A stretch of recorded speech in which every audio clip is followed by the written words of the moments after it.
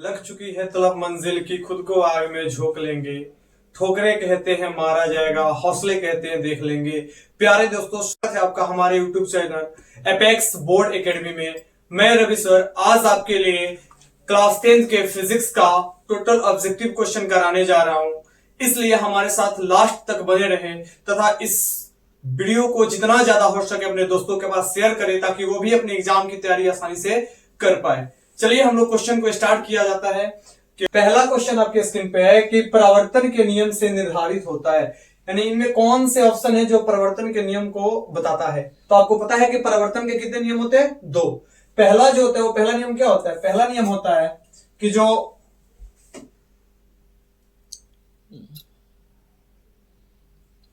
पहला नियम होता है कि जो आपतित किरण होती है और परावर्तित किरण होती है और अभिलंब, ये तीनों जो एक ही बिंदु पे होते हैं।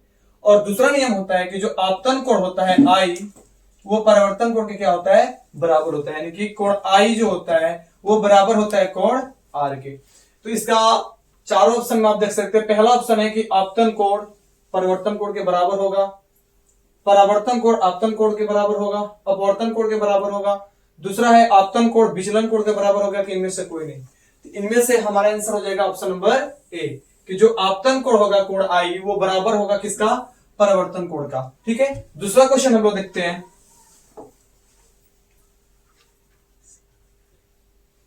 दूसरा क्वेश्चन हम लोग का प्रकाश तरंग का उदाहरण है, यानी जो प्रकाश होता है वो किस तरंग का उदाहरण है। ऑप्शन है ए ध्वनि तरंग, ऑप्शन बी विद्युत चुंबकीय तरंग, ऑप्शन सी है पराबैंगनी तरंग, ऑप्शन डी है इनमें से कोई नहीं। तो जो प्रकाश होता है वो कौन सा तरंग का उदाहरण होता है? तो उसका सेंस हो जाएगा विद्युत चुंबकीय तरंग। कौन सा हो जाएगा? विद्युत चुंबकीय तरंग। एक और क्वेश्चन बन सकता है कि जो प्रकाश होता है उसकी जो तरंग की गति होती है वो क्या होती है? अनुदैर्ध्य होती है कि अनुप्रस्थ होती है?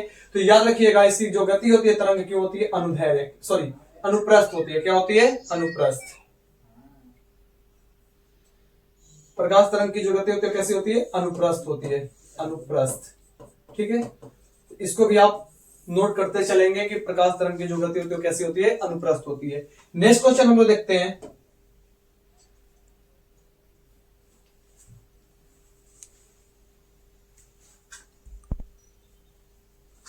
तीसरा क्वेश्चन हम लोग का, निम्नलिखित में किस माध्यम में प्रकाश की चाल सबसे अधिक होती है? आपको बताना है कि प्रकाश की चाल सबसे अधिक किस में होती है। ऑप्शन है आपका कांच में, पानी में, लोहा में, निर्वात में। तो प्रकाश की जो सर्वाधिक चाल होती है वो कहां होती है? तो निर्वात में होती है। और कितनी होती है? तो आपको पता होगा 3 गुणे 10 के पावर 8 मीटर पर सेकेंड। 3 गुणे 10 के पावर 8 मीटर पर सेकेंड। ठीक है, अगला क्वेश्चन हम लोग देखते हैं।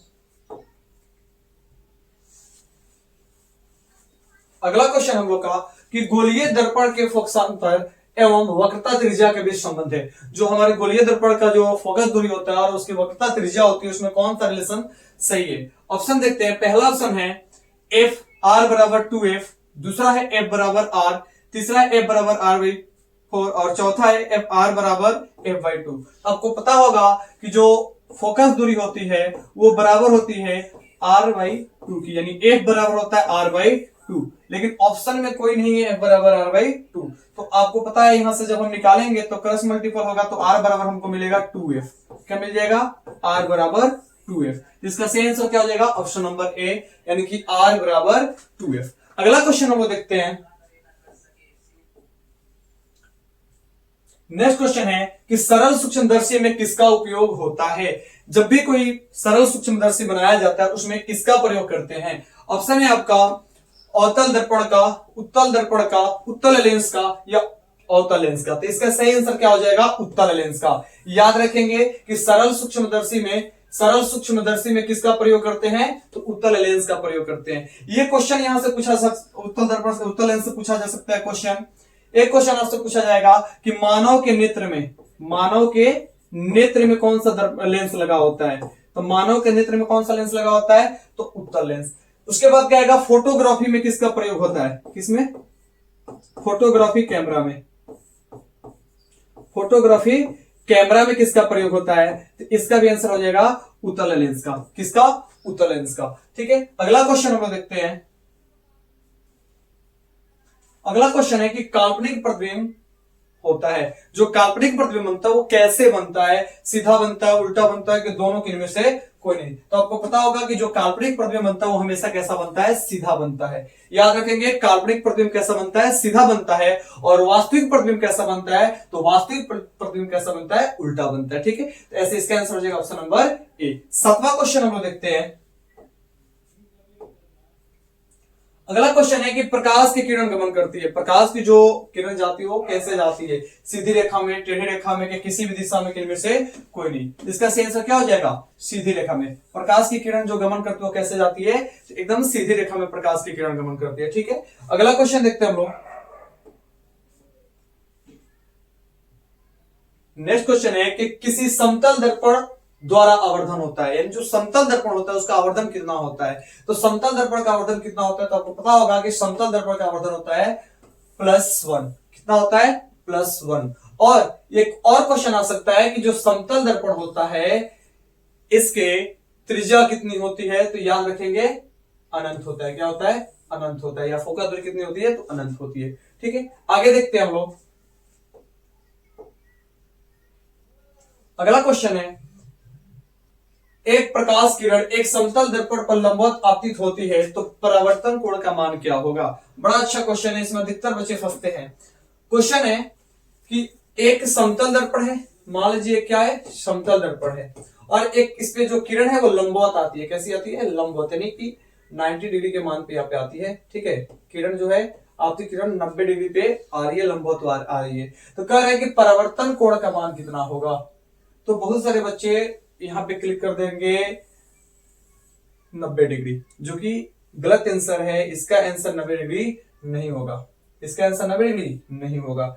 इसका आंसर आप ध्यान से देखेंगे, जब किरण आएगी एकदम सीधे यहां से चली जाएगी, तब दोनों किरणों के बीच जो एंगल बनेगा वो मुख्य रूप से ऐसे एंगल बनेगा, और यहाँ पे जो एंगल बनेगा वो कितना बनेगा, तो 0 डिग्री का एंगल बनेगा। कितना बनेगा, 0 डिग्री का एंगल बनेगा, क्योंकि किरणें आई और वहीं पे लौट गई, तो दोनों किरणों के बीच जो एंगल बनेगा वो कितना बनेगा, 0 डिग्री का एंगल बनेगा। इसलिए इसका सही आंसर हो जाएगा 0 डिग्री। ठीक है, इसका आंसर क्या हो जाएगा, 0 डिग्री। इसको ध्यान से रखिए, इसको ध्यान दीजिएगा, क्वेश्चन काफी इंपोर्टेंट है। आगे क्वेश्चन हम लोग का,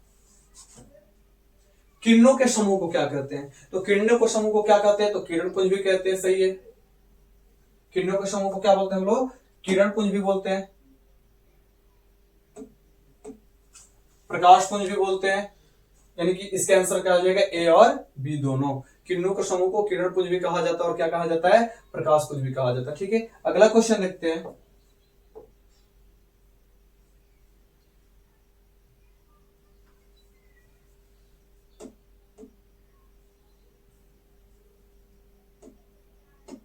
नेक्स्ट क्वेश्चन है कि सूर्य से आने वाला प्रकाश पुंज निम्न में कौन है।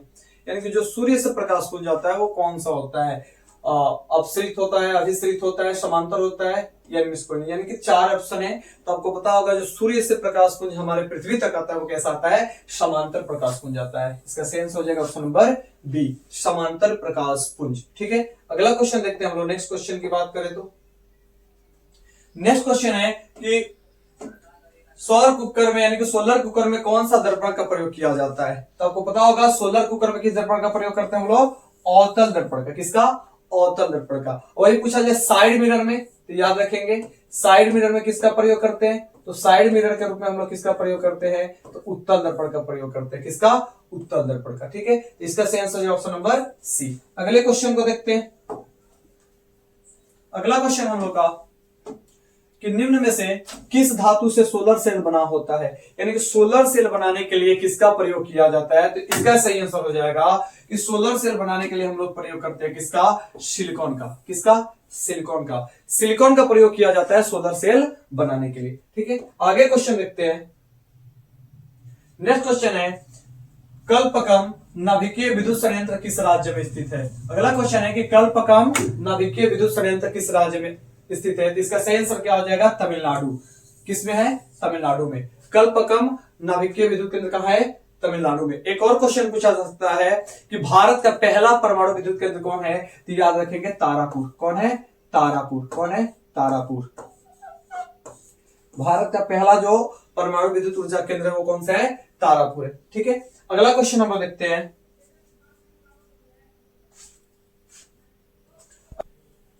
नेक्स्ट क्वेश्चन हम लोग का कि तारापुर नाभिकीय विद्युत संयंत्र किस राज्य में स्थित है। तो तारापुर जो नाभिकीय विद्युत संयंत्र है वो हमारे महाराष्ट्र में, कहां पे है, महाराष्ट्र में। याद रखेंगे तारापुर नाभिकीय विद्युत संयंत्र कहां है, महाराष्ट्र में। ठीक है, आगे क्वेश्चन देखते हैं हम लोग। नेक्स्ट क्वेश्चन है कि विद्युत चुंबक बनाने के लिए किस प्रकार के छड़ का प्रयोग करते हैं, यानी कि जब विद्युत चुंबक बनाते हैं वो किस प्रकार के छड़ से बनता है। तो इसका सही आंसर हो जाएगा ऑप्शन नंबर सी, नरम लोहा। विद्युत चुंबक बनाने के लिए किसका प्रयोग करते हैं, तो नरम लोहा का प्रयोग करते हैं। ठीक है, आगे क्वेश्चन देखते हैं हम लोग।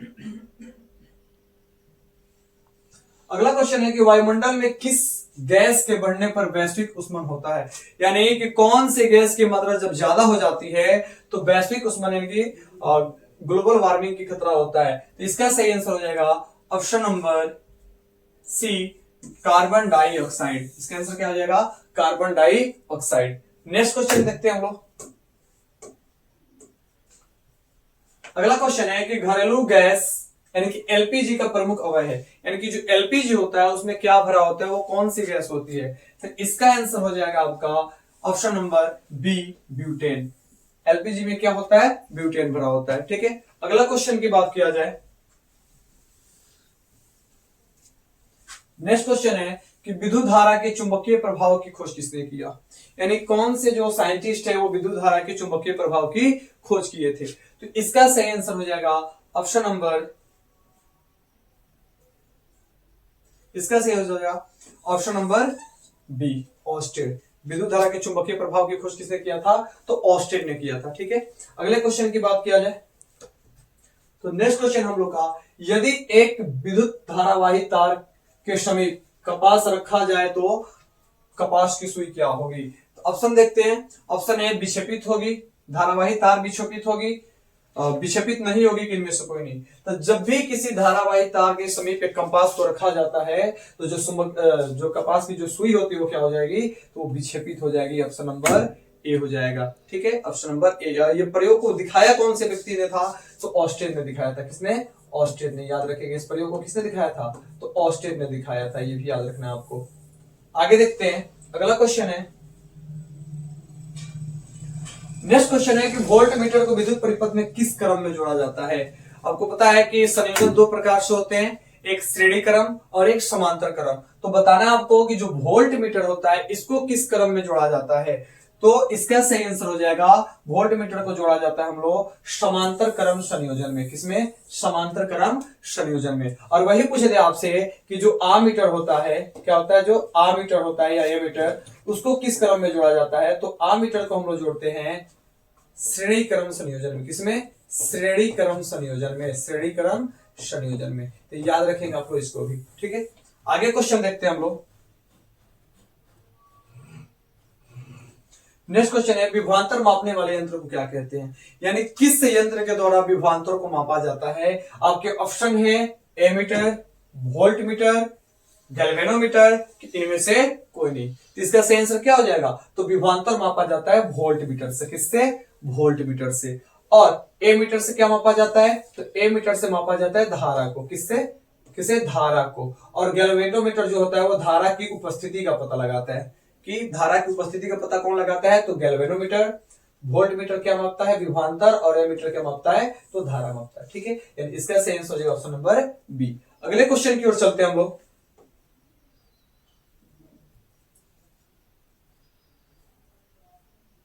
अगला क्वेश्चन है, किसी बिंब का वास्तविक प्रतिबिंब समान आकार का प्राप्त करने हेतु बिंब को उत्तल लेंस के सामने कहां रखा जाए। क्वेश्चन है हम लोग का, अगर कोई भी बिंब है, कोई भी वस्तु है, अगर उसका हम लोग वास्तविक प्रतिबिंब चाहते हैं तो उसको उत्तल लेंस में कहां रखा जाए। तो इसका आंसर हो जाएगा, ऑप्शन है इसका फोकस पर, वक्रता केंद्र पर, अनंत पर, या प्रकाश के केंद्र पे। तो इसका सही आंसर क्या हो जाएगा, वक्रता केंद्र पर। कहां रखना पड़ेगा हमको, वक्रता केंद्र पर रखना पड़ेगा। ठीक है, नेक्स्ट क्वेश्चन देखते हैं हम लोग।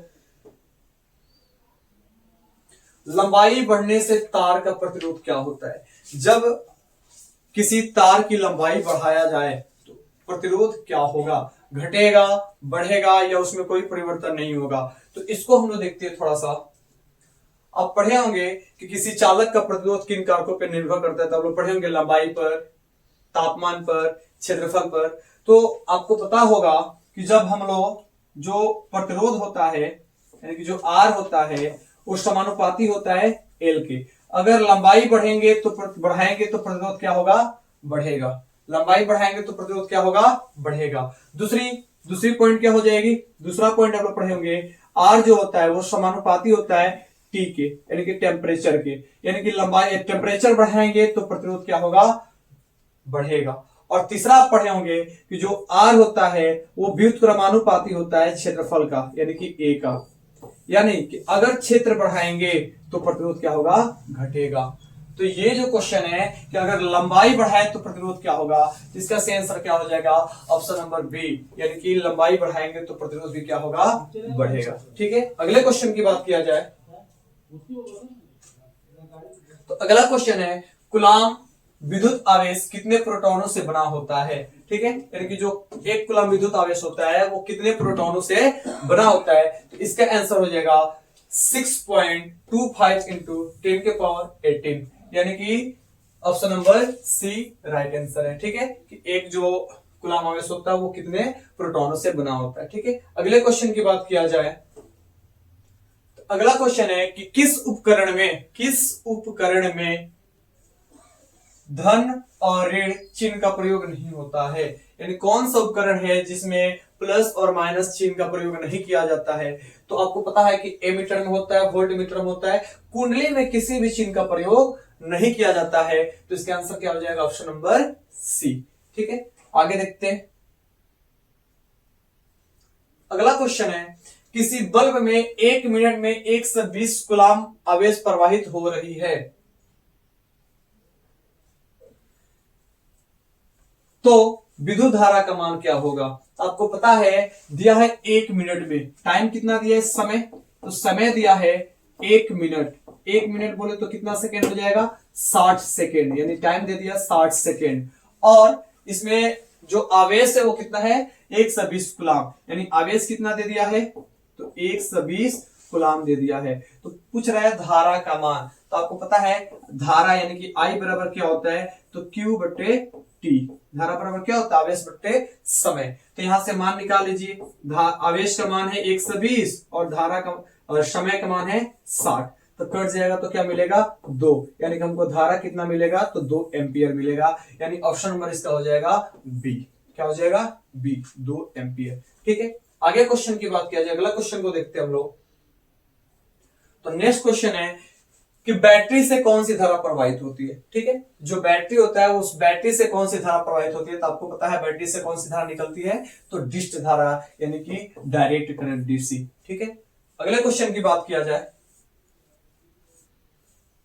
तो नेक्स्ट क्वेश्चन है आमीटर को विद्युत परिपथ में कैसे जोड़ा जाता है। अभी इसको बताया है कि वोल्ट मीटर को जोड़ा जाता है पार्श्व यानी कि समांतर क्रम में, और आमीटर को जोड़ा जाएगा किस क्रम में, श्रेणी क्रम में। तो इसका आंसर हो जाएगा ऑप्शन नंबर ए, अभी तुरंत पहले करा है। आगे क्वेश्चन है कि शुष्क सेल में ऋण इलेक्ट्रॉन बना होता है, यानी जो शुष्क सेल होता है उसमें ऋण इलेक्ट्रॉन जो होता है वो किसका बना होता है। इसके ऑप्शन है तांबा, कार्बन, जास्ता, इनमें से कोई नहीं। तो इसका सही आंसर हो जाएगा जास्ता का। किसका बना होता है, जास्ता यानी कि जिंक का। किसका, जास्ता का, याद रखेंगे। ठीक है, आगे क्वेश्चन देखते हैं हम लोग। नेक्स्ट क्वेश्चन है विद्युत धारा का एसआई मात्रक क्या है। तो आपको पता है विद्युत धारा का एसआई मात्रक क्या होता है,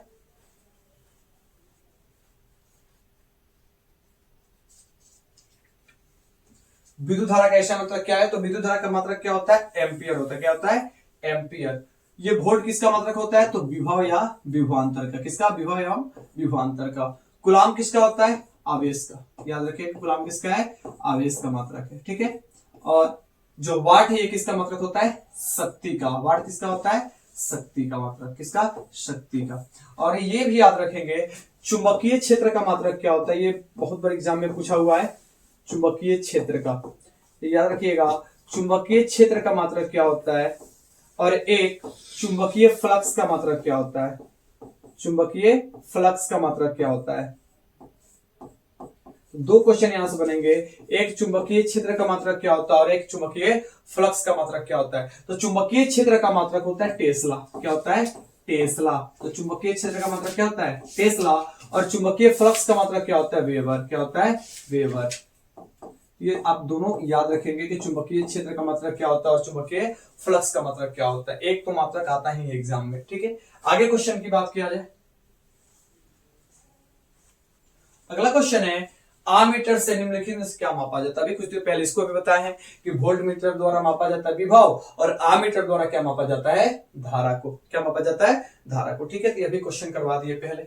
आगे देखते हैं, एक इलेक्ट्रॉन पर कितना आवेश होता है? ये जो क्वेश्चन है हमको लगता है कि इस साल आएगा एग्जाम में, ठीक है।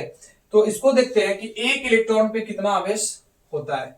तो इसका आंसर क्या हो जाएगा? 1.6 इंटू 10 के पावर माइनस 19 गुलाम, ठीक है। 1.6 इंटू 10 के पावर माइनस 19 गुलाम इसका सही आंसर हो जाएगा कि एक इलेक्ट्रॉन पर कितना आवेश होता है, ठीक है। अगले क्वेश्चन की बात किया जाए तो नेक्स्ट क्वेश्चन है कि धारा मापने में किसका प्रयोग होता है? तो अभी बताए थे कि धारा मापने में किसका प्रयोग किया जाता है? अमीटर का, यानी कि एमीटर का, ठीक है।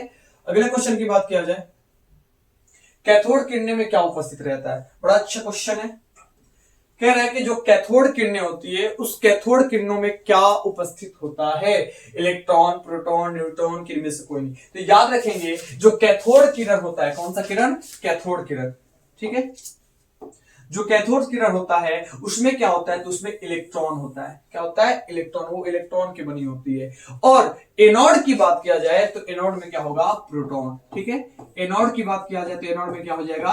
प्रोटॉन, ठीक है। लेकिन क्या है? कैथोड किरण, तो इसका सही आंसर हो जाएगा ऑप्शन नंबर ए, यानी कि इलेक्ट्रॉन की बनी होती है, ठीक है। अगले क्वेश्चन की बात किया जाए,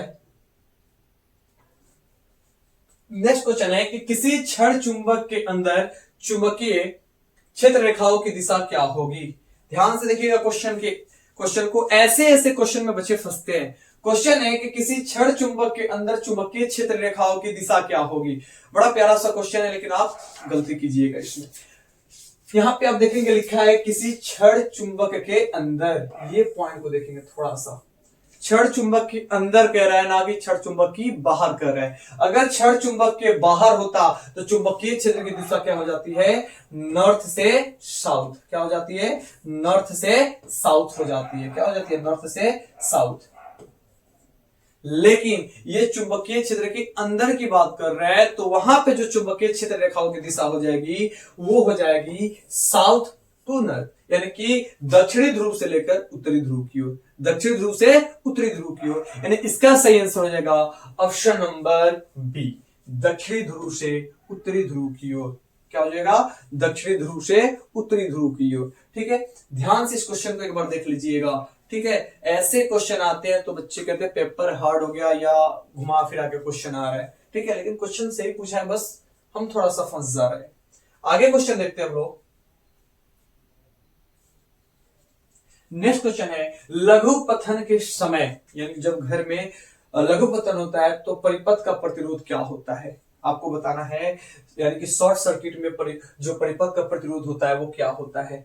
तो ऑप्शन है परिवर्तित नहीं होता है, यानी कोई बदलाव नहीं होता है, या बहुत कम हो जाता है, या अधिक हो जाता है, या इनमें से कोई नहीं।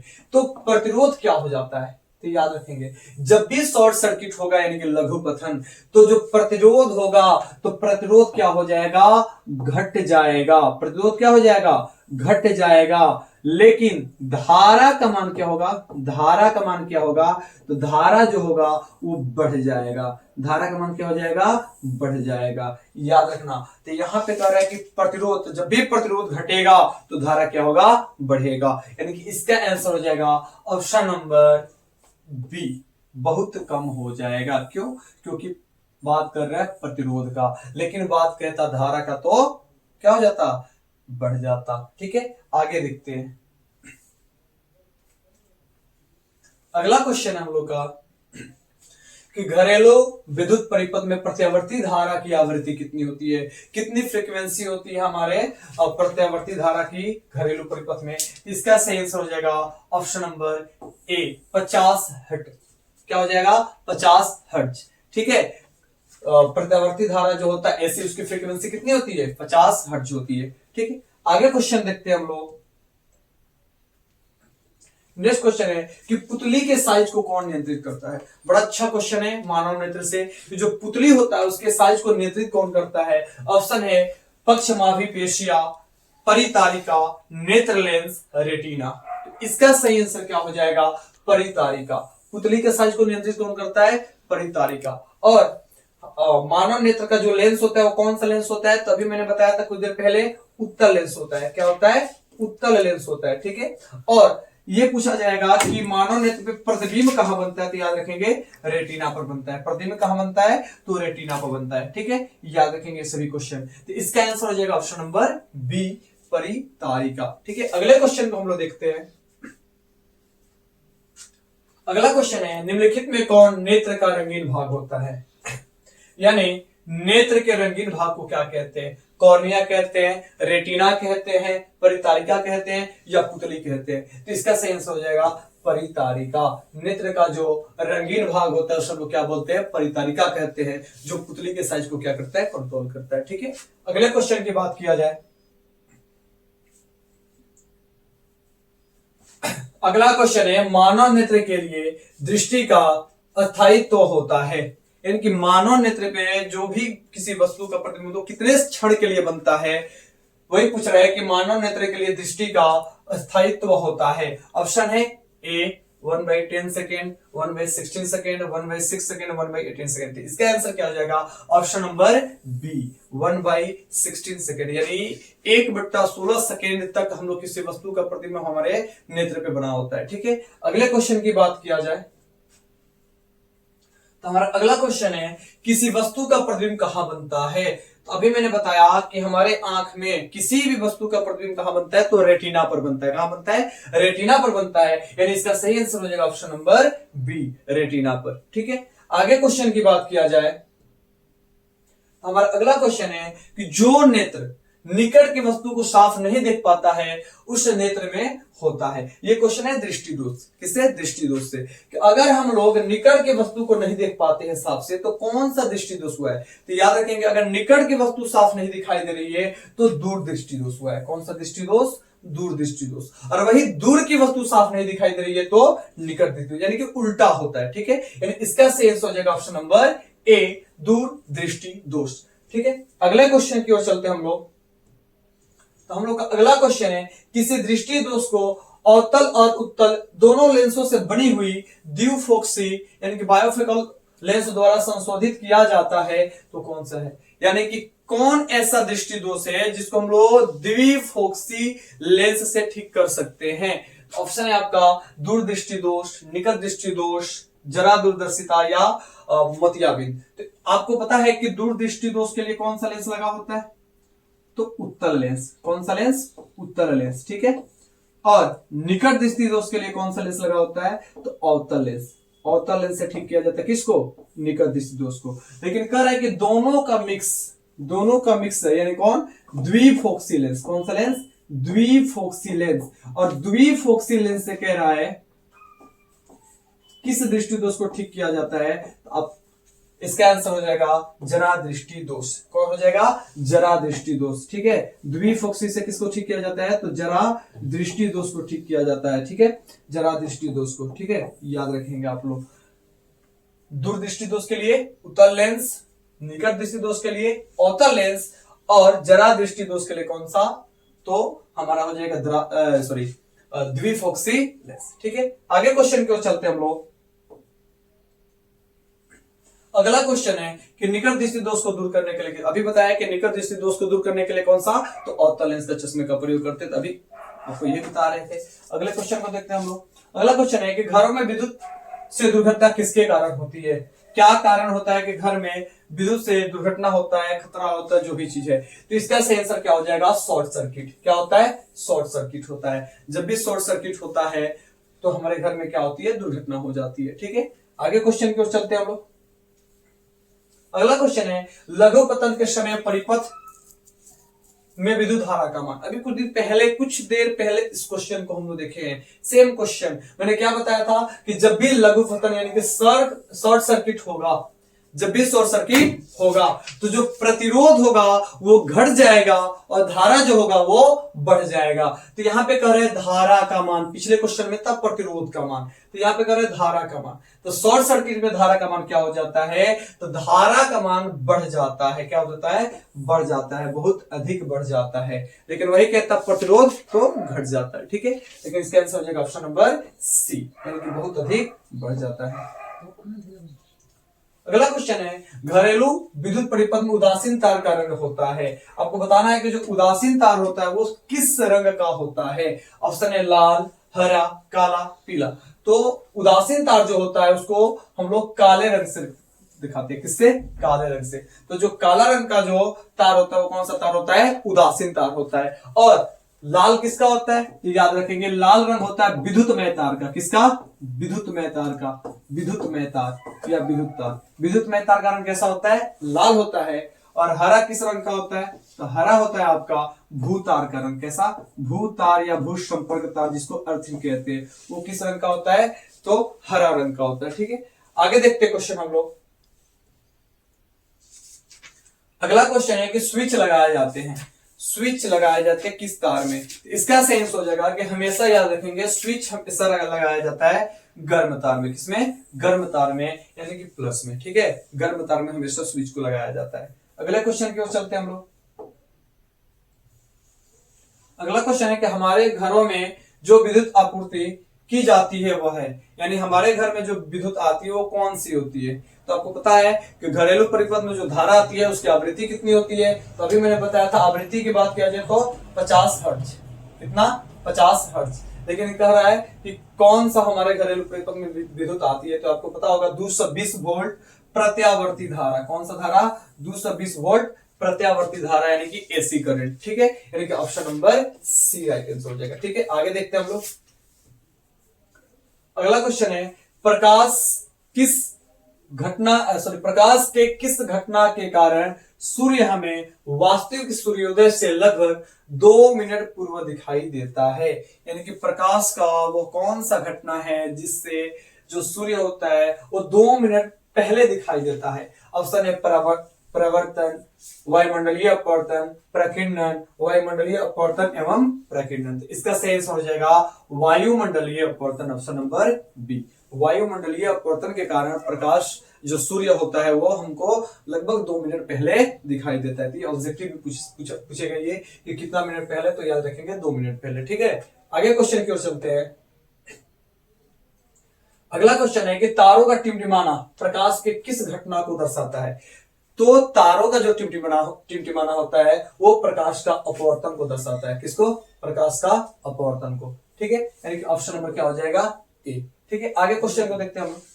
अगला क्वेश्चन है कि चंद्रमा पर खड़े अंतरिक्ष यात्री को आकाश प्रतीत होता है। जो व्यक्ति चंद्रमा पे होता है उसको आकाश किस रंग का दिखाई देता है। या क्वेश्चन कह देगा कि अंतरिक्ष यात्री को आकाश जो होता है वो किस रंग का दिखाई देता है। तो इसका सही आंसर क्या हो जाएगा, ऑप्शन नंबर सी, काले रंग का। ठीक है, किस रंग का, काले रंग का। ठीक है, आगे क्वेश्चन देखते हैं हम लोग। अगला क्वेश्चन है कि स्पेक्ट्रम में किस रंग के किरण का झुकाव सबसे अधिक होता है। तो स्पेक्ट्रम जो होता है हमारा उसमें सबसे अधिक झुकाव किसका होता है। तो याद रखेंगे अधिक झुकाव की बात किया जाए, कि झुकाव मतलब क्या, सबसे अधिक विचलन।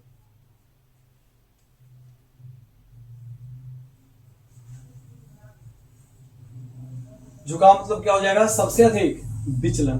तो सबसे अधिक विचलन किस रंग का होता है, तो याद रखिएगा वो रंग कौन सा होता है, बैगनी। कौन होता है, बैगनी। ठीक है, इन सबसे अधिक झुकाव, इन सबसे अधिक विचलन किसका होता है, तो बैगनी रंग का होता है। वही बात किया जाए सबसे ज्यादा तरंगदैर्घ्य किसका होता है, तो लाल रंग का होता है। ठीक है, तो इसका सही आंसर क्या हो जाएगा, ऑप्शन नंबर डी, बैगनी रंग। ठीक है, अगले क्वेश्चन की ओर चलते हैं हम लोग।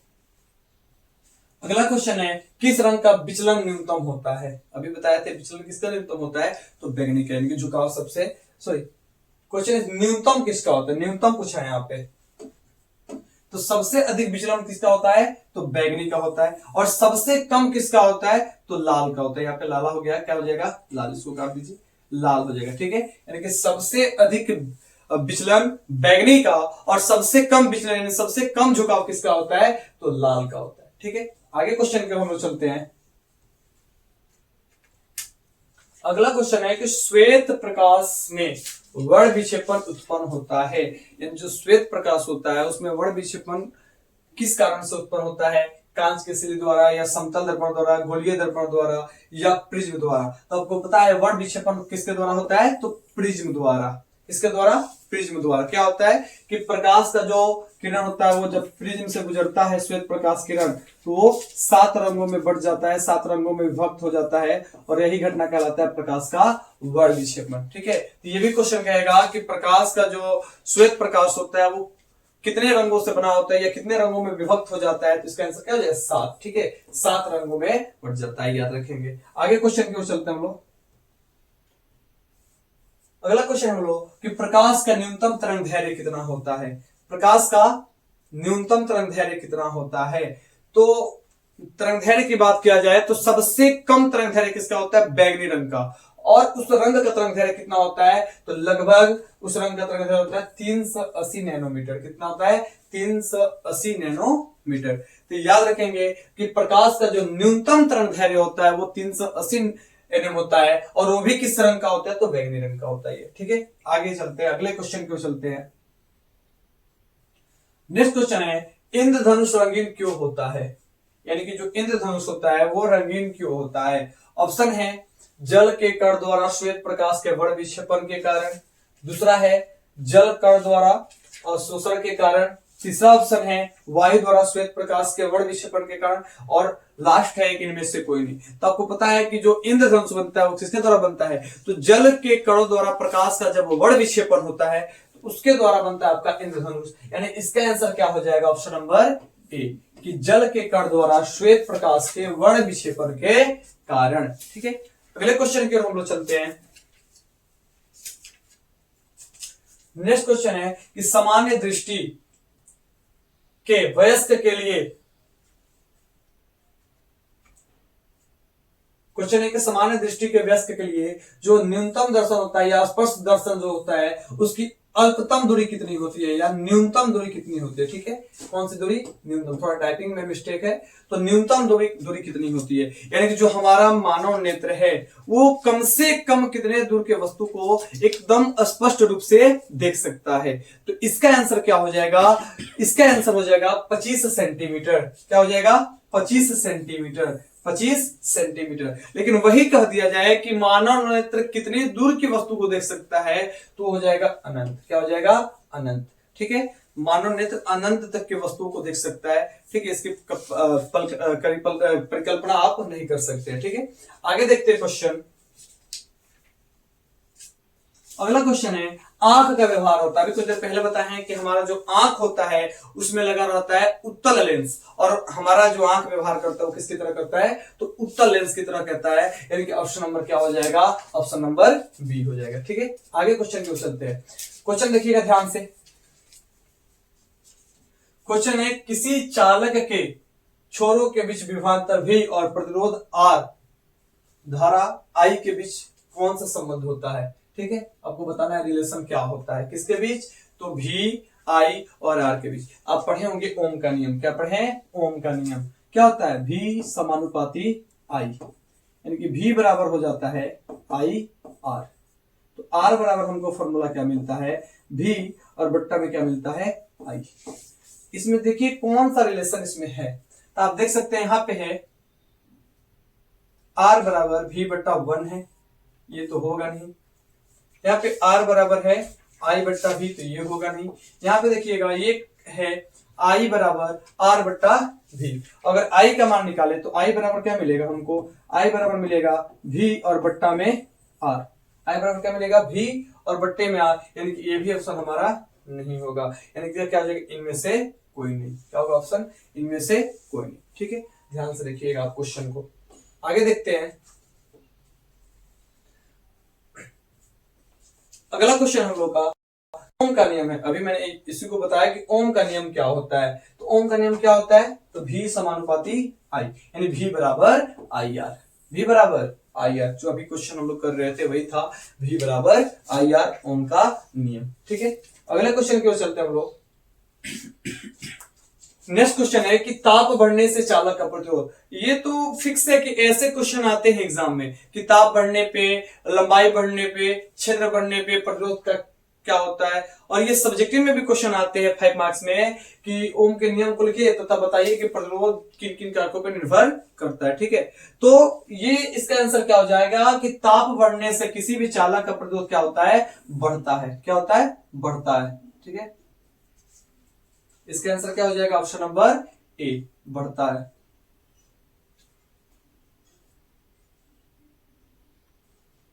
ठीक है, ताप बढ़ने से चालक का प्रतिरोध क्या होता है, बढ़ता है। क्यों? क्योंकि हमने अभी पहले बताया था जो प्रतिरोध होता है वो समानुपाती होता है किसके, टेम्परेचर के। प्रतिरोध जो होता है वो समानुपाती है होता है किसके, लंबाई के, यानी कि एल के।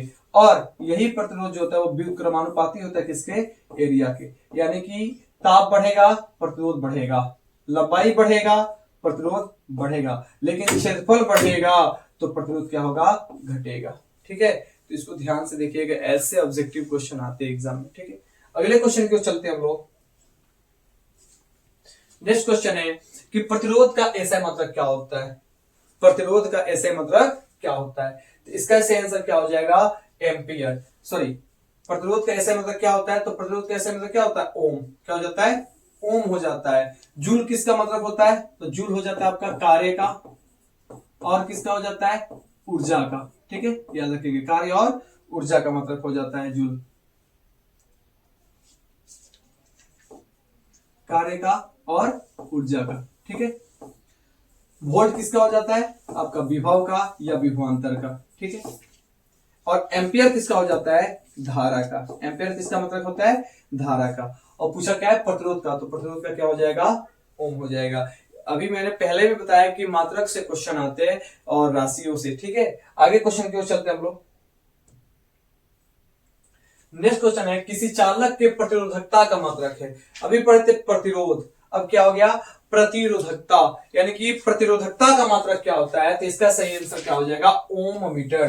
क्या हो जाएगा, ओम मीटर। ये सिंबल ओम का होता है, तो प्रतिरोधकता का मात्रक क्या हो जाएगा, ओम मीटर हो जाएगा। ठीक है, अगले क्वेश्चन की ओर देखते हैं हम लोग। नेक्स्ट क्वेश्चन हम लोग का कि प्रतिरोध का मान बढ़ाने के लिए प्रतिरोधों को किस क्रम में जोड़ा जाए। यानी किसी भी प्रतिरोध को हम चाहते हैं मान बढ़ा दे तो उनका संयोजन कौन सा होना चाहिए। तो इसका आंसर क्या हो जाएगा, तो प्रतिरोधों का मान बढ़ाने के लिए हम उसको जोड़ते हैं श्रेणी क्रम संयोजन में, लेकिन ऑप्शन में हमारा श्रेणी क्रम संयोजन नहीं है, इसलिए आंसर क्या हो जाएगा, ऑप्शन नंबर डी, यानी कि ऑप्शन नंबर डी हो जाएगा, इनमें से कोई नहीं, इनमें से कोई नहीं। ठीक है, और कैसे ये पता चलेगा, तो आपको पता है, मान लीजिए कोई प्रतिरोध मान लीजिएगा, मान लीजिए R1 मान लीजिए 2 ओम, R2 मान लीजिए 3 ओम। तो इसको किस क्रम में जोड़े, किस क्रम में जोड़े कि प्रतिरोध का मान ज्यादा है, ज्यादा है। तो आपको पता है कि अगर हम लोग इसको जोड़ेंगे किसमें, समांतर क्रम संयोजन में, तो समांतर क्रम संयोजन का फॉर्मूला क्या होता है, तो 1/r बराबर क्या होता है, 1/r1 प्लस 1/r2 प्लस 1/2 जो भी होता है, तो R1 प्लस R2, क्योंकि दो प्रतिरोध है तो यहां से मिलेगा हमको 1/r बराबर 1/2 प्लस 1/3। अगर मान निकालते हैं तो 1/r का मान मिलेगा, जब एलसीएम लेंगे तो हो जाएगा हमारा 6, और ये हो जाएगा 3 प्लस 2। 1/r बराबर हमको मान मिलेगा 5/6, तो r का मान मिल जाएगा यहां से 6/5, यानी कि r बराबर लगभग 1.3 हो जाएगा। सॉरी, यहां से हमको r का मान अगर निकालते हैं तो मिल जाएगा 1.2 मिल जाएगा हमको। और इसी को अगर हम लोग श्रेणी क्रम में जोड़ते हैं तो उसको भी देख लेते हैं। अगर श्रेणी क्रम में जोड़ा जाए इसको, यहां पे देखते हैं दूसरे रंग से इसको, अगर श्रेणी क्रम में जोड़ते हैं तो सेम प्रतिरोध है, तो यहां पे हो जाएगा R बराबर R1 प्लस R2। ठीक है, तो R बराबर क्या मिल जाएगा, तो R1 कितना है 2 ओम और R2 कितना है 3 ओम, यानी 2 प्लस में मान लीजिए 3, तो R बराबर मिल जाएगा 2 3 5 ओम। आप बताइए मान किसका ज्यादा आया, श्रेणी क्रम संयोजन का या समांतर क्रम संयोजन का। तो यहाँ पे मान आया है ज्यादा श्रेणी क्रम संयोजन का, इसलिए हमेशा प्रतिरोध का मान अगर ज्यादा चाहेंगे तो हम किस में जोड़ेंगे, तो श्रेणीकरण संयोजन में जोड़ेंगे, याद रखेंगे। और ये फॉर्मूला होता है श्रेणीकरण संयोजन के समतुल्य प्रतिरोध का, और ये होता है समांतरकरण संयोजन के समतुल्य प्रतिरोध का फॉर्मूला। ठीक है, यानी कि इसका आंसर हो जाएगा इनमें से कोई नहीं। ठीक है, आगे की ओर चलते हैं, अगला क्वेश्चन को देखते हैं हम लोग। अगला क्वेश्चन हम लोग का कि प्रतिरोध का मान बढ़ाने के लिए प्रतिरोध को जोड़ा जाएगा। सॉरी, वही क्वेश्चन है। आगे देखिए, अगला क्वेश्चन है निम्नलिखित में से कौन बायोगैस ईंधन का स्रोत नहीं है, यानी कि कौन सा है जो वो बायोगैस ईंधन का स्रोत नहीं है। जिसका से आपको पता है लकड़ी भी बायोगैस होता है, गोबर गैस भी बायोगैस का होता है, कोयला भी होता है, लेकिन जो नाभिकीय ऊर्जा होता है न्यूक्लियर एनर्जी, ये बायोगैस इसका कोई संबंध नहीं होता है। ठीक है, यानी कि ऑप्शन नंबर हो जाएगा सी। आगे की ओर चलते हैं, अगला क्वेश्चन देखते हैं पवन विद्युत जनित के लिए पवन चक्की की चाल कम से कम कितनी होनी चाहिए। यानी कि अगर आपको पवन ऊर्जा उत्पन्न करनी है तो आप जो पवन चक्की घूमता है उसकी स्पीड कितनी होनी चाहिए। तो आपको पता होगा, पढ़े हैं कि पवन ऊर्जा उत्पन्न करने के लिए जो हमारा पवन चक्की का स्पीड होता है 15 किलोमीटर पर घंटे। कितना न्यूनतम स्पीड होता है 15 किलोमीटर पर घंटे। अगर इससे कम चलेगा तो वो जनित विद्युत नहीं बना पाएगा। और एक यहां से एक और क्वेश्चन आएगा कि पवनों का देश किसे कहते हैं, तो याद रखेंगे डेनमार्क को। किसे बोलते हैं, डेनमार्क को। ठीक है, डेनमार्क को कहा जाता है पवन ऊर्जा का देश या पवनों का देश। ठीक है, नेक्स्ट क्वेश्चन की ओर चलते हैं हम लोग। अगला क्वेश्चन है जीव द्रव्यमान ऊर्जा का स्रोत का उदाहरण, यानी इनमें से कौन सा है जो जीव द्रव्यमान ऊर्जा का स्रोत का उदाहरण। ये क्वेश्चन अभी किया है इसको। ठीक है, ये क्वेश्चन देखिए, ये क्वेश्चन है कि डीजल का उपयोग किया जाता है। कोई क्वेश्चन दो बार हो गया। ठीक है, बताना है आपको कि डीजल का उपयोग किया जाता है। ऑप्शन है आपका भारी वाहनों में, रेल इंजन में, विद्युत उत्पादन में, इनमें से सभी। तो डीजल का प्रयोग किया जाता है इनमें से सभी में। ठीक है, इन सभी के लिए डीजल का हम लोग प्रयोग करते हैं। ठीक है, आगे क्वेश्चन की ओर चलते हैं। अगला क्वेश्चन है निम्नलिखित में कौन जीवाश्म ईंधन नहीं है। आपको बताना है इनमें से कौन सा जीवाश्म ईंधन नहीं है। ऑप्शन है बायोगैस, पेट्रोलियम, प्राकृतिक गैस, कोयला। कौन सा है जो जीवाश्म ईंधन नहीं है, तो आपको पता है कोयला भी जीवाश्म ईंधन है, प्राकृतिक गैस भी जीवाश्म ईंधन है, पेट्रोलियम भी जीवाश्म ईंधन है। जो बायोगैस होता है ये जीवाश्म ईंधन नहीं होता है, इनका ऑप्शन नंबर क्या हो जाएगा, ए। ठीक है, आगे क्वेश्चन की ओर चलते हैं। अगला क्वेश्चन है जो दहन कर उष्मा उत्पन्न करे उसे क्या कहते हैं, यानी जो जिसको जलाने पर उष्मा निकलता है उसे हम लोग क्या बोलते हैं, तो उसे क्या बोलते हैं, ईंधन बोलते हैं। क्या बोलते हैं, ईंधन बोलते हैं। क्या बोलते हैं, ईंधन। Option number B right answer हो जाएगा। ठीक है, अगले क्वेश्चन की ओर चलते हैं। निम्न में से कौन बायोगैस का मुख्य अवयव है, यानी बताना है आपको कि बायोगैस का मुख्य अवयव कौन सा है। तो बायोगैस का मुख्य अवयव कौन सा होता है, तो CH4 यानी कि मीथेन होता है, इसलिए इसको बायोगैस या हम लोग बोलते हैं मास गैस भी से कहते हैं। ठीक है, यानी कि इसका आंसर हो जाएगा CH4 यानी कि मीथेन। अगले क्वेश्चन की ओर चलते हैं। अगला क्वेश्चन है ये क्वेश्चन थोड़ा सा रॉन्ग टाइप हुआ है। आगे देखिए, सेम क्वेश्चन था पिछला, ये क्वेश्चन ये था। एक एंगस्ट्रम, यहाँ पे आप लगा लीजिए इसको, जो एक एंगस्ट्रम होता है उसका मान कितना होता है। तो एक एंगस्ट्रम का मान कितना होता है, तो याद रखेंगे 10 के पावर -10 मीटर। कितना होता है, 10 के पावर -10 मीटर। ठीक है, अगले क्वेश्चन की ओर चलते हैं हम लोग। 76 नंबर क्वेश्चन हम लोग कहा कि निर्वात में प्रकाश की चाल कितनी होती है। अभी कुछ देर पहले बताए थे कि निर्वात में प्रकाश की चाल कितनी होती है, तो 3 × 10 के पावर 8 मीटर प्रति सेकेंड, यानी कि इसका आंसर हो जाएगा ऑप्शन नंबर ए। ठीक है, ऑप्शन नंबर ए। आगे देखिए, अगला क्वेश्चन है कि निम्न में से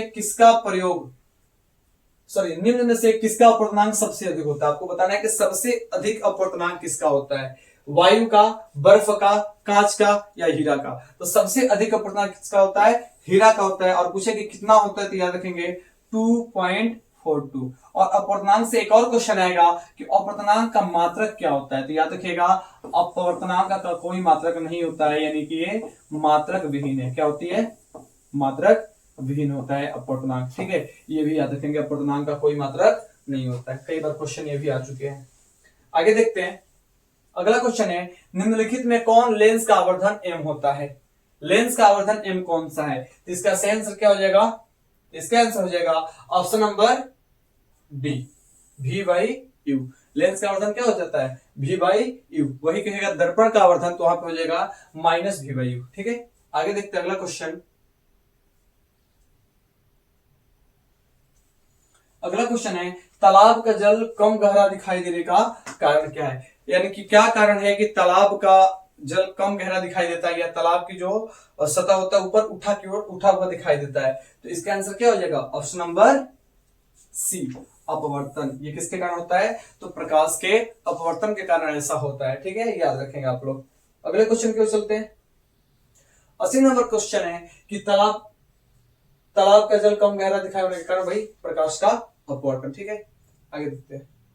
अगला क्वेश्चन है अवतल लेंस का आवर्तन होता है। सेम क्वेश्चन है, लेंस है तो लेंस का आवर्तन क्या होता है, तो V बाई यू होता है। क्या होता है, V by you. Same question है। अगला क्वेश्चन देखते हैं, निम्न में कौन सा पदार्थ लेंस बनाने में प्रयोग नहीं किया जाता है।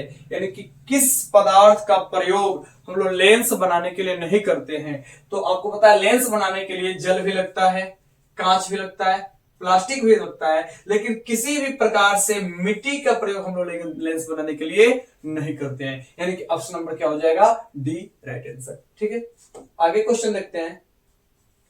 अगला क्वेश्चन है निम्नलिखित में से किसी वस्तु का वास्तविक प्रतिबिंब कौन बना सकता है। तो आपको बताना है कि वास्तविक प्रतिबिंब कौन बनाता है, और ये क्वेश्चन आपका रहेगा होमवर्क। क्या रहेगा, होमवर्क। 2 क्वेश्चन हम आपको होमवर्क देंगे, जो आपको कमेंट करके बताना है कि कौन सा आंसर राइट होगा। ठीक है, तो ये क्वेश्चन आपका हो गया पहला, ये पहला क्वेश्चन हो गया आपका होमवर्क में। ठीक है, याद रखिए पहला क्वेश्चन ये हो गया होमवर्क में। ठीक है, एक और क्वेश्चन आपको दिया जाएगा होमवर्क में, जिसको आपको कमेंट करके बताना है। ठीक है, आगे देखते हैं हम लोग।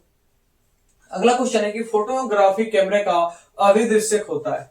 इन जो फोटोग्राफी कैमरा होता है तो उसका अभिदृश्यक किसका होता है। अभी कुछ देर पहले पता है कि फोटोग्राफी में किसका प्रयोग करते हैं, तो उत्तल लेंस का प्रयोग करते हैं। किसका, उत्तल लेंस का, यानी कि option number C right answer. ठीक है, उत्तल लेंस का प्रयोग करते हैं। अगले क्वेश्चन को देखते हैं, नाभिकीय ऊर्जा प्राप्त करने के लिए आवश्यक, यानी किस पदार्थ का प्रयोग हम लोग करते हैं नाभिकीय ऊर्जा के उत्पादन में। तो इसका आंसर क्या हो जाएगा, ऑप्शन नंबर सी, यूरेनियम। ठीक है, यूरेनियम का प्रयोग किया जाता है किसके लिए, तो नाभिकीय ऊर्जा बनाने के लिए। और एक क्वेश्चन पूछता है कि जो यूरेनियम होता है ये सबसे प्रमुख रूप से कहां मिलता है, तो याद रखिएगा जादूगोड़ा, जगह का नाम याद रखेंगे जादूगोड़ा में। कहां पे, जादूगोड़ा, जादूगोड़ा में यूरेनियम पाया जाता है। ठीक है, तो ये भी क्वेश्चन आपको याद रखना है। आगे देखते हैं हम लोग। अगला क्वेश्चन है निम्न में से उत्तम ऊर्जा स्रोत कौन सा है। यहाँ पे उत्तम होना चाहिए। ठीक है, यहाँ पे देखेंगे ध्यान से, निम्न में से उत्तम ऊर्जा स्रोत कौन सा है, कोयला, लकड़ी, पेट्रोलियम या बायोमास। निम्न में से उत्तम ऊर्जा स्रोत कौन सा है, कोयला है, लकड़ी है, पेट्रोलियम है, बायोमास। तो आपको पता है उत्तम ऊर्जा किसको बोलते हैं, जो सस्ता हो, आसानी से मिल जाए और जो प्रदूषण मुक्त हो, ये सभी अगर क्वालिटी है तो उसको हम लोग बोलते हैं उत्तम ऊर्जा। और इसका आंसर क्या हो जाएगा, बायोमास, यानी बायोमास को हम लोग बोलेंगे उत्तम ऊर्जा स्रोत। ठीक है, अगले क्वेश्चन को चलते हैं। अगला क्वेश्चन है विद्युत फ्यूज विद्युत धारा के किस प्रभाव पे कार्य करता है। आपको बताना है कि विद्युत फ्यूज जो होता है वो किस प्रभाव पे काम करता है। तो इसका सही आंसर हो जाएगा ऑप्शन नंबर ए, उष्मीय प्रभाव पर। किस प्रभाव पे, उष्मीय प्रभाव पे। अगर विद्युत फ्यूज के है, विद्युत हीटर के है, विद्युत स्त्री के है, ये सभी के सभी किस पे काम करते हैं, तो विद्युत धारा के उष्मीय प्रभाव पे काम करते हैं। ठीक है, अगले क्वेश्चन की ओर हम लोग चलते हैं। अगला क्वेश्चन हम लोग का, विद्युत हीटर के तार की कुंडली बनी होती है, यानी कि विद्युत हीटर जो बना होता है उसकी तार वो किसका बना होता है, तो इसका आंसर हो जाएगा नाइक्रोम का। किसका बना होता है, नाइक्रोम का। और नाइक्रोम क्या होता है, तो निकेल और क्रोमियम का मिश्र धातु क्या होता है, नाइक्रोम होता है। ठीक है, तो इसका आंसर क्या आ जाएगा, ऑप्शन नंबर डी, यानी कि नाइक्रोम। ठीक है, अगले क्वेश्चन को चलते हैं। नेक्स्ट क्वेश्चन देखते हैं कि विद्युत बल्ब के फिलामेंट का द्रव होता है, यानी विद्युत बल्ब जो होता है उसका फिलामेंट किस पदार्थ का बना होता है, तो इसका सही आंसर क्या हो जाएगा, टंगस्टन का। किसका बना होता है, टंगस्टन का। विद्युत बल्ब का फिलामेंट किसका बना होता है, टंगस्टन का। ठीक है, अगले क्वेश्चन की ओर चलते हैं हम लोग। नेक्स्ट क्वेश्चन है कि निम्नलिखित में कौन सा पद विद्युत परिपथ में विद्युत शक्ति को निरूपित करता है, यानी कि कौन सा है जो विद्युत शक्ति को निरूपित करता है? ऑप्शन है I square R, V square R, V I, या इनमें से कोई नहीं। तो विद्युत शक्ति को निरूपित कौन सा करता है? तो ये इसका सही आंसर क्या हो जाएगा? इसका सही आंसर हो गया इनमें से सभी। ये जो सब है ये विद्युत शक्ति को निरूपित करता है, क्योंकि P बराबर क्या होता है? वी आई होता है। ठीक है, P बराबर वी आई होता है, P बराबर आई स्क्वायर आर भी होता है, और P बराबर क्या होता है? वी स्क्वायर आर भी होता है। यानी कि इसका आंसर हो जाएगा इनमें से सभी। ठीक है, अगले क्वेश्चन की ओर चलते हैं हम लोग। अगला क्वेश्चन है किलोवाट घंटा मात्रक है। किलोवाट घंटा मात्रक है, यानी किलोवाट घंटा किसका मात्रक होता है? तो इसका सही आंसर क्या हो जाएगा? ऑप्शन है ऊर्जा का, समय का, द्रव्यमान शक्ति का। तो किलोवाट घंटा किसका होता है?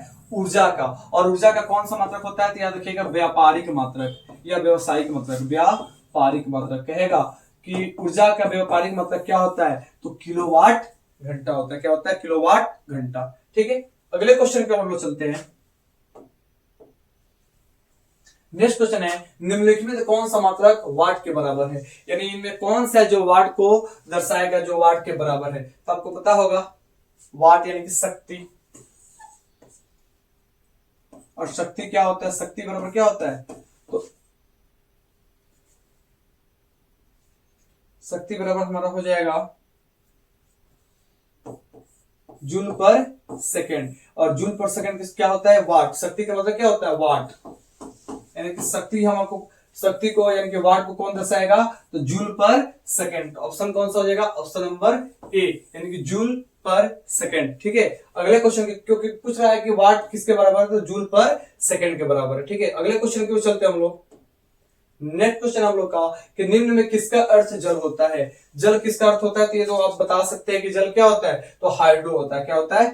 हाइड्रो। हाइड्रो का अर्थ क्या होता है? जल होता है, यानी कि option number D right answer. ठीक है, अगले क्वेश्चन को देखते हैं।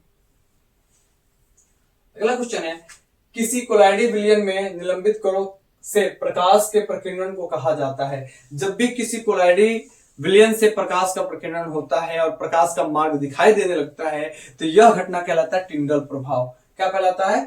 टिंडल प्रभाव कहलाता है। क्या कहलाता है? टिंडल प्रभाव, यानी कि option number C right answer. Tyndall प्रभाव 2 नंबर में भी क्वेश्चन आता है कि टिंडल प्रभाव क्या होता है। ठीक है, तो याद रखिएगा। अगले क्वेश्चन की ओर चलते हैं हम लोग।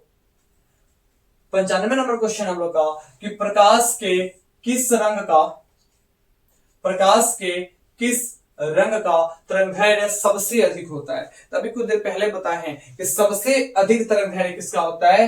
लाल का, और सबसे कम तरंगदैर्घ्य किसका होता है? बैंगनी का। वही विचलन की बात किया जाए तो उल्टा होता है। सबसे अधिक विचलित कौन होता है?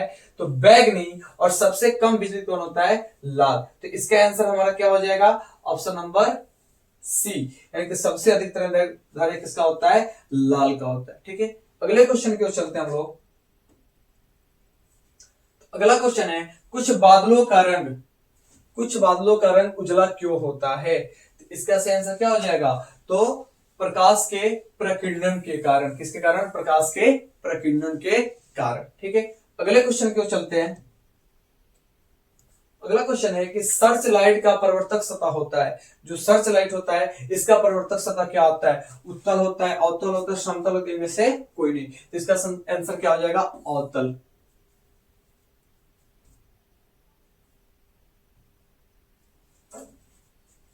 इसका आंसर क्या हो जाएगा? अवतल, यानी कि option number B. Search light का परिवर्तक सतह क्या होता है? तो अवतल दर्पण होता है, याद रखेंगे। ठीक है, अगले क्वेश्चन के चलते हैं हम लोग। अगला क्वेश्चन है कि दंत विशेषज्ञ किस दर्पण का उपयोग मरीजों के दांतों का बड़ा प्रतिबिंब देखने के लिए? यानी कि जब भी बड़ा प्रतिबिंब की बात किया जाए तो याद रखना है कि बड़ा प्रतिबिंब किस में बनता है? तो बड़ा प्रतिबिंब बनता है हमारा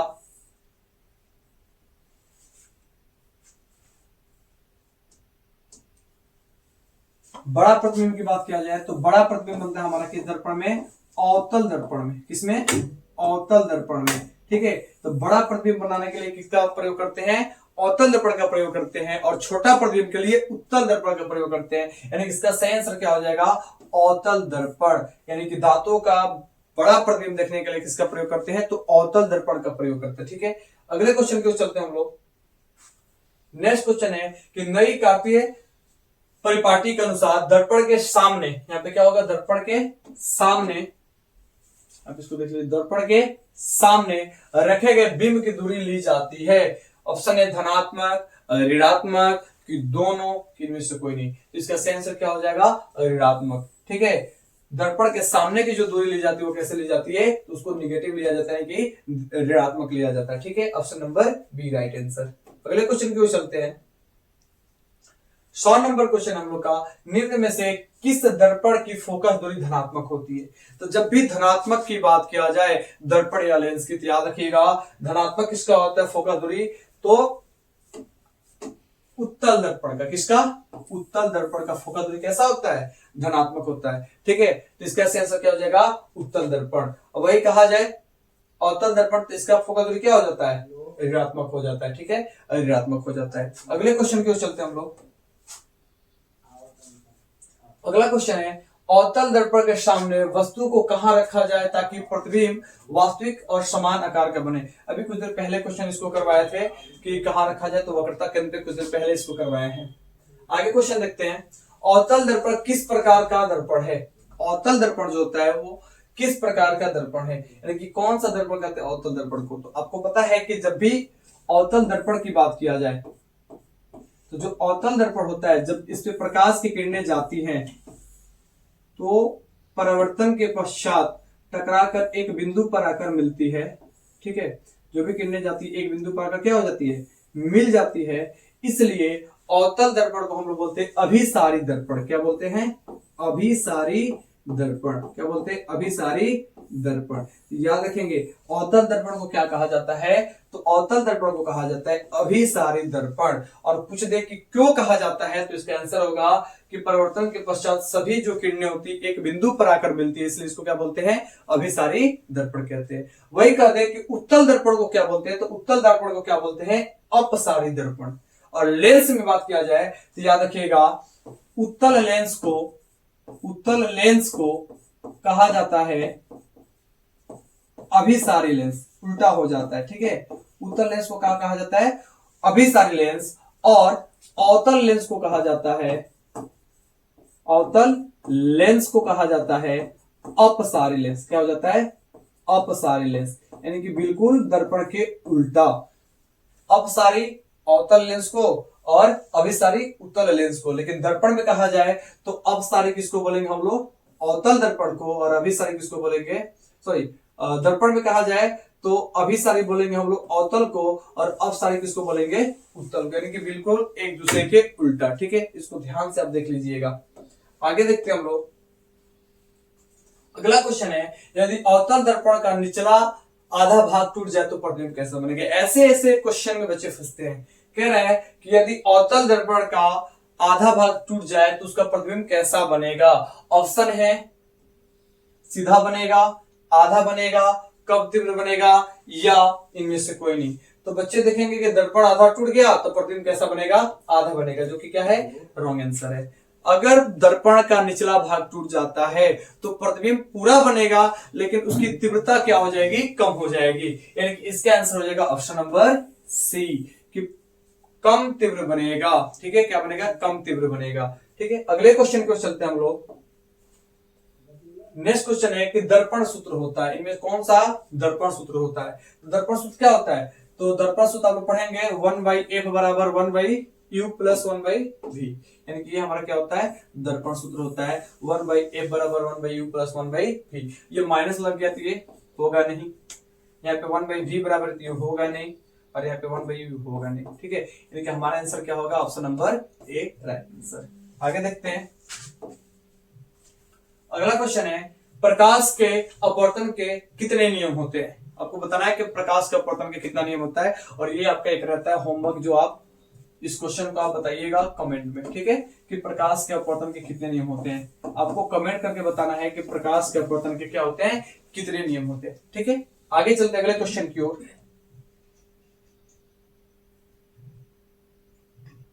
अगला क्वेश्चन है कि लेंस की क्षमता का एसआई मतलब क्या होता है? आपको बताना है कि लेंस जो होता है उसकी क्षमता का एसआई मतलब क्या होता है। तो लेंस की क्षमता का एसआई मतलब क्या होता है? डायोप्टर होता है। क्या होता है? डायोप्टर होता है। लेंस की क्षमता का एसआई मतलब डायोप्टर। ठीक है, अगले क्वेश्चन की ओर चलते हैं हम लोग। अगला क्वेश्चन है कि हीरे का अपवर्तन, कुछ देर पहले बताया है कि हीरे का अपवर्तन कितना होता है, तो इसका आंसर क्या हो जाएगा, option number D, option number D हो जाएगा, यानी 2.42। हीरे का अपवर्तनांक कितना होता है, 2.42, option number D right answer. अगले क्वेश्चन की ओर चला जाए। अगला क्वेश्चन है कि विरल माध्यम से सघन माध्यम में जाती हुई प्रकाश की किरण मुड़ती है। अगर प्रकाश की किरण विरल माध्यम से सघन माध्यम की ओर जाती है तो मुड़ती है, तो किधर मुड़ती है, तो अभिलंब की ओर मुड़ जाती है, यानी कि अभिलंब की ओर झुक जाती है, यानी कि ऑप्शन नंबर क्या हो जाएगा, ऑप्शन नंबर ए, अभिलंब की ओर मुड़ जाती है। ठीक है, अब वही कहें कि सघन माध्यम से विरल माध्यम में जाएगा तो अभिलंब से दूर जाएगा। ठीक है, अगले क्वेश्चन की ओर चलते हैं। तो नेक्स्ट क्वेश्चन है कि वायु का निरपेक्ष अपवर्तनांक वास्तव में कितना होता है, यानी आपको बताना है कि वायु का जो निरपेक्ष अपवर्तनांक होता है वो कितना होता है, एक से कम होता है, एक से अधिक होता है, या एक के बराबर होता है, या जीरो होता है। और ये हमारे इस सीरीज का लास्ट क्वेश्चन था, इसलिए ये भी क्वेश्चन आपको होमवर्क दिया जाता है और कमेंट में भर भर के आंसर आने चाहिए आपका, कि तीनों क्वेश्चन का 3 क्वेश्चन आपको होमवर्क दिए, यानी कि इसमें तीसरा क्वेश्चन आपका होमवर्क रह गया कि वायु का निरपेक्ष अपवर्तनांक कितना होता है। ठीक है, यानी आपको ये मिल गया होमवर्क। तो तीनों क्वेश्चन के आंसर आपको कमेंट करने होंगे। ठीक है, तो कमेंट में जितना ज्यादा हो सके भर दीजिए कि इसके आंसर तीनों क्वेश्चन का क्या होगा। ठीक है, फिर मिलते हैं हम लोग अगले वीडियो सब्जेक्टिव के साथ। फिजिक्स का हर एक चैप्टर का इंपोर्टेंट क्वेश्चन देखा जाएगा एग्जाम से पहले, जो आपके बोर्ड एग्जाम में डायरेक्टली आ सकते हैं। ठीक है, मिलते हैं नेक्स्ट वीडियो के साथ। All the best.